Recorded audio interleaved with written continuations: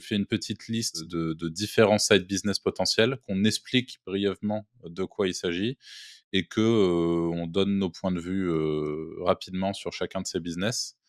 On va commencer par, TikTok Shop, dont on a reçu, donc pour tous ceux qui voudraient creuser le sujet, on a reçu quelqu'un qui j'ai bouffé son prénom, malheureusement je me souviens pas, je sais pas si vous vous souvenez de son prénom, mais quelqu'un qui est habitué de TikTok Shop et qui expérimente dessus, dans un épisode assez récent. TikTok Shop, ça consiste grosso modo à faire de l'affiliation, mais, sur TikTok. Donc c'est, mettre en avant des produits, il y a des marques ou des plateformes e-commerce qui nous envoient des produits, on les teste en caméra sur TikTok et si on fait une vente, directement à l'intérieur de TikTok du produit, eh bien, on est commissionné, on prend un pourcentage de la vente.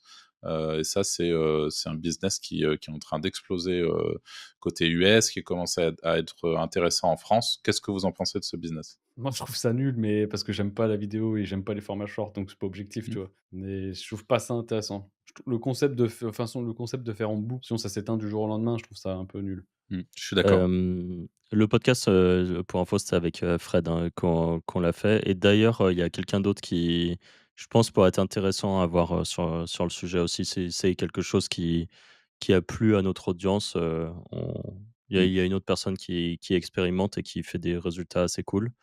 Moi, honnêtement, je suis pas fermé à ça, notamment justement parce que j'ai vu les résultats de certaines personnes et qu'il y a Mmh. vraiment de l'argent à faire. Que quand tu fais du TikTok Shop, tu apprends une compétence qui est assez importante, je trouve, qui est de savoir faire du reach et donc tu apprends des compétences qui sont savoir faire un hook, savoir faire un script de vidéo qui est intéressant et en fait, je considère que quand tu as ces compétences-là, ça fait partie des compétences qui font que forever, tu pourras avoir un biz qui tourne. Donc pas fermé au truc, tu Ouais. vois? Je trouve ça intéressant et je trouve que pour s'entraîner, pourquoi pas? Au final, ça te donne accès à un type de monétisation qui est bien foutu, qui est, pionnier, dans sa façon d'avoir été faite et je pense que c'est quelque chose qui va se démocratiser à la fois sur, YouTube Short, sur Instagram et peut-être même dans des formats plus longs, tu vois? Sur YouTube qui est on le sait pas, mais peut-être que dans Mmh. 3 ans, ils auront un C'est YouTube prévu, je Shop. crois, hein, qu'ils aient un Ah espèce ouais? de shop. Ouais, bah, Mmh. tu vois?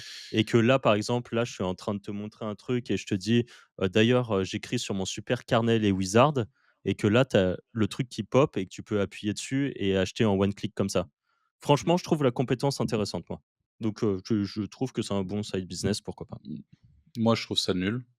Je trouve ça nul parce que, ça manque de pérennité et que même s'il y a cette notion de ranker sur TikTok, je trouve ça aussi nul parce que je trouve que ça correspond pas, aux cases qu'il faut que coche un side business pour correspondre à mes attentes et ces cases-là aujourd'hui, c'est, principalement, liberté, que ça soit, donc décorréler le temps que je vais investir des résultats, et également liberté, financière, donc il faut que ça ait le potentiel. Je trouve que les commissions, sont nazes. Je trouve que tu es obligé d'avoir ce côté où tu fais un peu le clown, enfin, tu pas obligé, mais disons que je pense que ça facilite les choses. Si tu montes ta gueule, que tu fais le clown en vendant tout et n'importe quoi, enfin voilà, moi c'est pas un truc en tout cas qui me correspond, et quand bien même, si quelqu'un me met le contre-argument: «Oui, mais TikTok ça rank vachement bien», ce que j'entends, je trouve qu'aujourd'hui il y a bien mieux à faire avec un side business.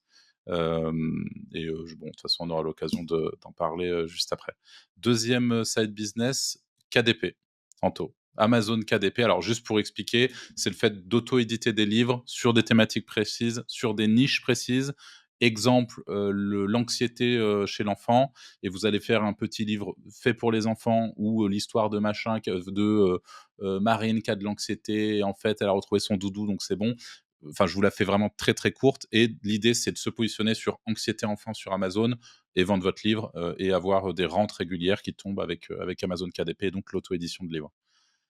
Je trouve excellent side business si tu as une bonne expertise dans un domaine pour écrire des trucs. Parce que, tu vois, faire des livres ChatGPT, je pense que bon, ça a ses limites, quoi. Mais si tu as une expertise sur un truc très précis, genre, je sais pas, tu es très bon, pour, les dividendes, tu vois? Des actions à dividendes, tu fais des livres là-dessus et tout. Là, pour le coup, c'est un excellent side business, ça tourne tout seul, tu as juste à faire un peu de pub et tout, mais tu vois, faut avoir une bonne expertise. Mais sinon, bon biz. Franck? Ouais, pareil, très bon business de mon point de vue avec, ce côté, tu crées quelque chose, ça a une belle ça reste. pendant longtemps, ça peut continuer à vendre, forever, c'est revendable, Moi aussi. j'aime bien.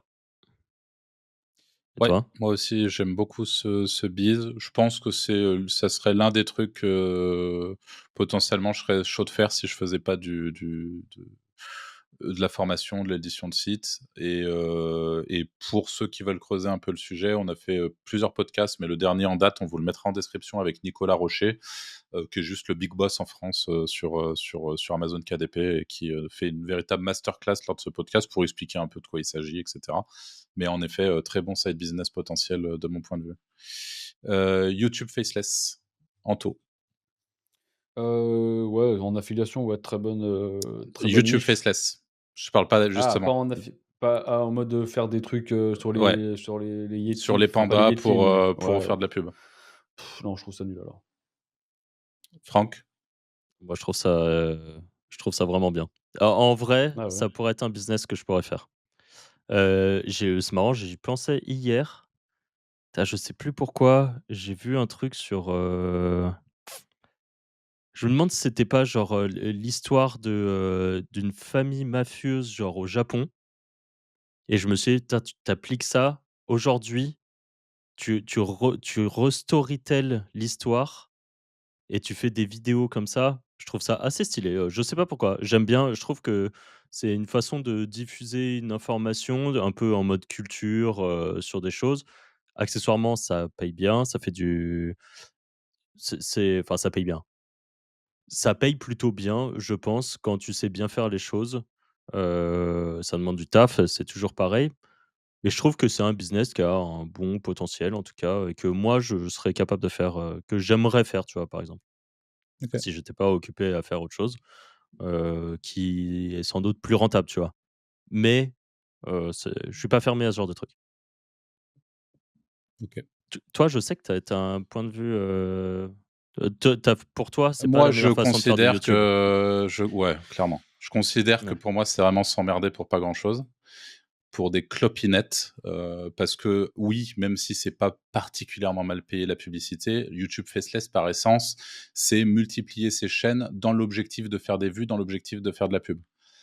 Pour remettre les choses en contexte, moi, side business, en l'occurrence, personnellement, mon objectif dans un side business, c'est aussi beaucoup l'aspect financier et la liberté, encore une fois, que peut me permettre d'avoir le business.